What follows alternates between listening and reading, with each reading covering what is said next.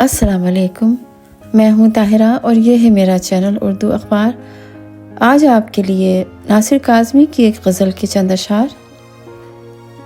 धूप थी और बादल छाया था, धूप थी और बादल छाया था, देर के बाद तुझे देखा था।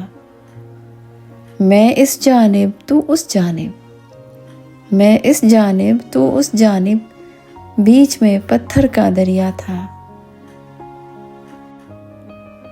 उनसे उलझ कर भी क्या लेता, तीन थे वो और मैं तन्हा था। धूप थी और बादल छाया था, देर के बाद तुझे देखा था। अपना ख्याल रखिएगा और मेरे इस चैनल का भी। अल्लाह हाफिज़।